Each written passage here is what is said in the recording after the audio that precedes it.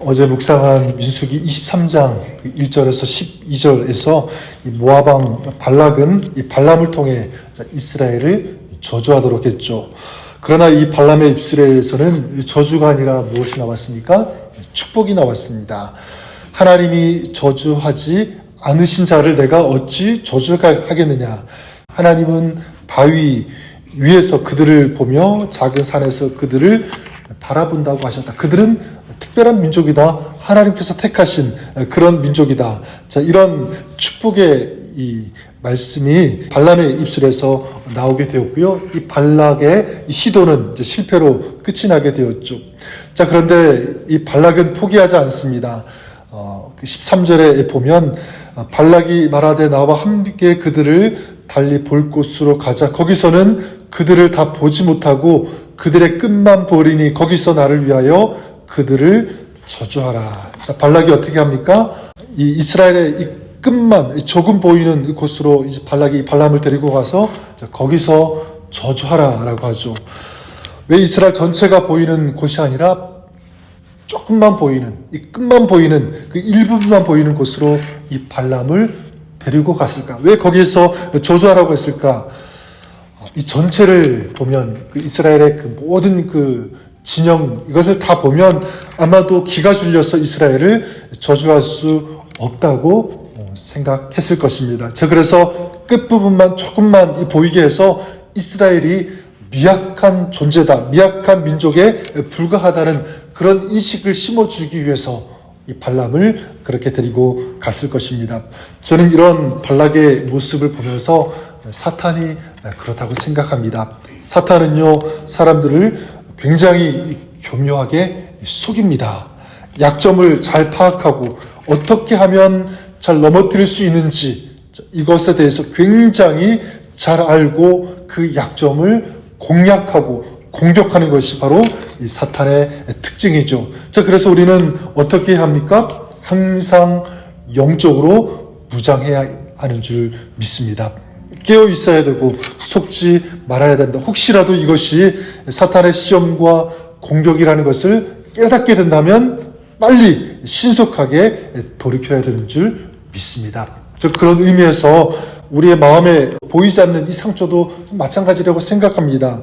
열등감, 어떤 분노, 혼란, 어떤 좌절감 이런 상처가 있을 텐데 이것이 해결되지 않으면 마귀는 어떻게 하냐면 그 상처까지도 유린한다.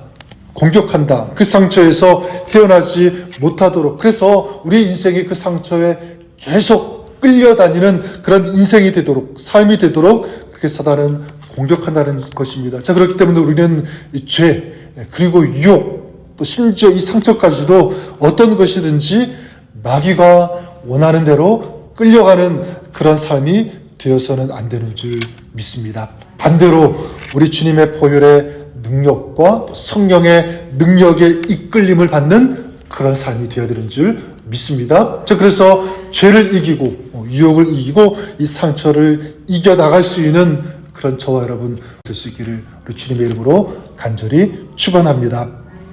자, 이 발락의 요청대로 이제 발람이 이스라엘을 이제 저주하려고 하는데 자, 이번에도 하나님께서 그 발람의 입술을 막으시죠. 그리고 그 발람이 이스라엘을 축복하도록 하시는데 그 축복의 내용이 19절에 이렇게 나오고 있습니다. 하나님은 사람이 아니시니 거짓말을 하지 않으시고 인생이 아니시니 후회가 없으시도다. 어찌 그 말씀하신 바를 행하지 않으시며 하신 말씀을 실행하지 않으시랴. 하나님은 이스라엘 백성들을 지키시고 돌보시고 거짓말하지 않으시고 후회하지 아니하시고 말씀하신 것은 반드시 행하시는 분. 자, 이것이 이스라엘 향한 이 축복의 내용입니다. 근데 여러분, 이 발람의 이런 축복의 내용을 보면서 이런 생각해 볼 수 있죠? 저는 이런 질문을 해보았습니다. 여러분, 이스라엘을 축복하는데, 여러분 축복한다면 이스라엘 백성들이 앞으로 어떻게 될 것이다, 무엇을 누릴 것이다, 무엇을 가질 것이다. 자, 이런 게 축복의 내용 아니겠습니까? 자, 그런데 지금 이 발람의 이 축복의 내용을 보면 그런 내용이 아니라 하나님이 어떤 분이시다. 자, 이것이 이 축복의 내용이라는 것입니다. 저는 이 질문을 가지고 묵상을 했는데 저에게 주시는 하나님의 메시지는 이것이었습니다. 하나님을 아는 것이 진정한 축복이라는 것입니다. 하나님을 아는 것이 진정한 참된 축복이다. 네, 맞아요. 여러분, 하나님의 자녀인 우리들에게 있어서 가장 큰 축복이 무엇일까라고 할 때 그 축복은 바로 우리 하나님 아버지가 어떤 분인지를 아는 것, 이것이 축복인 줄 믿습니다. 만약 내가 믿는 하나님이 어떤 분인지 잘 모르고 신앙생활한다면 그거 정말 불행한 거죠. 예를 들어서 여러분, 만약 어떤 그 대통령의 아들이 있는데 그 아들이 아버지가 누군지 몰라요. 전혀 모르고 산다면 어떻겠습니까? 굉장히 불행할 수도 있고, 불행하지 않더라도 그냥 평범하게 살 것입니다. 자, 하지만 자기 아버지가 누군지를 알게 되면 삶의 자세가 달라질 것입니다. 물론 무거운 책임감도 있지만 마음이 굉장히 든든할 것 같아요. 거기다가 이 아버지의 능력뿐만 아니라 아버지가 어떤 분인지, 그 아버지의 성품, 그리고 아버지의 그 따뜻한 그 인격의 소유자, 이런 것들을 다 안다면, 또 그 아버지를 경험하고 만나고 살고 있다면 그 아들의 마음도 굉장히 풍요로울 것이다. 이런 생각을 해보게 됩니다. 그런 의미에서 저는 우리도 마찬가지라고 생각합니다. 여러분, 다시 말씀드리지만 하나님께서 어떤 분인지를 아는 것은 우리에게 진정한 축복이 되는 줄 믿습니다.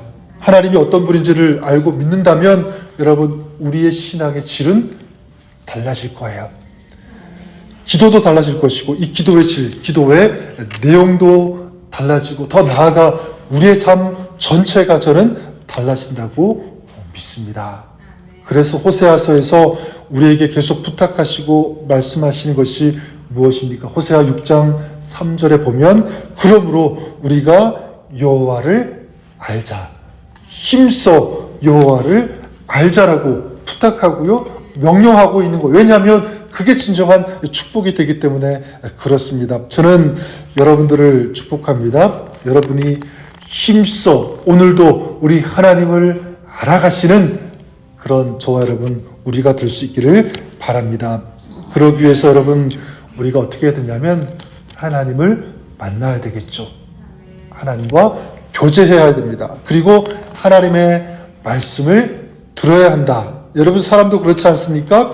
누군가를 알아가기 위해서 그 사람을 만나야 되고요, 교제해야 되고, 얘기를 나눌 때 그 사람에 대해서 알 수 있듯이 마찬가지 우리 하나님과 교제하고 만날 때, 또 하나님의 말씀을 들을 때 우리는 하나님을 더 깊이 알아가게 되는 줄 믿습니다. 오늘 여러분의 삶이 이렇게 더 깊이 교제하시고 만나시는, 그래서 하나님의 성품, 하나님의 능력을 경험하시는, 또 그런 하나님의 그 은혜와 하나님의 그 능력을 우리의 삶 속에서 경험하고 누릴 수 있는 그런 축복의 삶을 살아가시는 여러분 될 수 있기를 바랍니다. 따라서 오늘 이 발람의 입술을 통해서 하나님께서 직접 알려주시는 이 하나님의 성품을 우리가 기억했으면 좋겠는데, 우리 하나님은 어떤 하나님이냐면, 우리 두 가지 오늘 말씀에서 19절에 나오고 있죠. 첫째는 뭐냐면, 하나님은 거짓말하지 않으시는 하나님이신 줄 믿습니다. 하나님은 사람이 아니시니 거짓말을 하지 않으시고, 사람은 상황에 따라서 또 자기의 어떤 그 경우에 따라서 쉽게 말을 바꾸는 것이 사람입니다. 하지만 하나님은 그렇지 않으세요. 하나님은 한번 말씀하신 것 반드시 지키시는 하나님이신 줄 믿습니다. 여러분, 오늘 하나님께서 여러분들에게 무엇을 말씀하셨습니까? 어떤 말씀을 주셨습니까?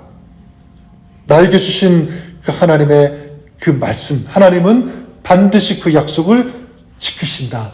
이 믿음과 이 확신을 가지시는 그런 여러분 될 수 있기를 바랍니다. 또한 하나님은 어떤 하나님이냐면, 하나님은 후회하지 않으시는 하나님이신 줄 믿습니다. 여기 보니까 하나님은 사람이 아니시니 거짓말을 하지 않으시고 인생이 아니시니 후회가 없으시도다, 이렇게 이렇게 말씀하고 있습니다. 후회가 없으시도다. 자, 이건 뭐냐면 우리 이렇게 얘기하면 쉬울 것 같아요. 여러분, 우리 사람은 자기가 행한 어떤 그 일에 대해서 후회할 때가 있습니까? 없습니까? 사람은 후회할 때가 있죠. 왜 이렇게 했을까? 근데 여러분, 후회하는 그 이유가 무엇이겠습니까? 사람이 후회하는 그 이유는 사람은 불완전하기 때문에 후회합니다. 그렇죠? 자, 그런데 하나님은 후회하지 않으신다. 왜 그렇습니까? 하나님은 우리 사람이 아니라 인생이 아니라 하나님은 하나님이시기 때문에, 다시 말해서 하나님은 완전하시기 때문인 줄 믿습니다. 자, 그렇기 때문에 우리를 향한 하나님의 계획, 하나님의 섭리, 그리고 하나님의 그 인도하심은 불완전한 사람 같지 아니하고 우리 하나님은 모든 것이 완전하고요, 완벽한 줄 믿습니다. 자, 그렇다면 여러분, 나를 향한 하나님의 계획, 그 인도하심, 하나님의 그 이루심, 하나님이 함께 하신 그 모든 그 역사는 완전하다. 나는 그 하나님의 완전하심 지금 잘 깨닫지 못하지만, 보지 못하지만, 손에 잡히는 것 없는 것처럼 느낄 때도 있지만, 그러나 우리 하나님은 완전하시고 완벽하시다는 것을 우리가 날마다 고백했으면 좋겠습니다. 하나님은 완전하십니다. 오늘 그 완전하신 하나님께서 내 인생과 내 모든 것을 이끌어 가십니다. 이것을 고백하고 또 믿음으로 선포하시는 저와 여러분, 우리가 될 수 있기를 주님의 이름으로 간절히 축원합니다. 저와 여러분이 불완전한 내 자신, 또 어떤 사람, 어떤 세상을 의지하고 의존하는 그런 삶이 아니라 신실하시고 완전하시는 하나님을 의지하시는 그런 여러분의 삶이 될 수 있기를 바랍니다.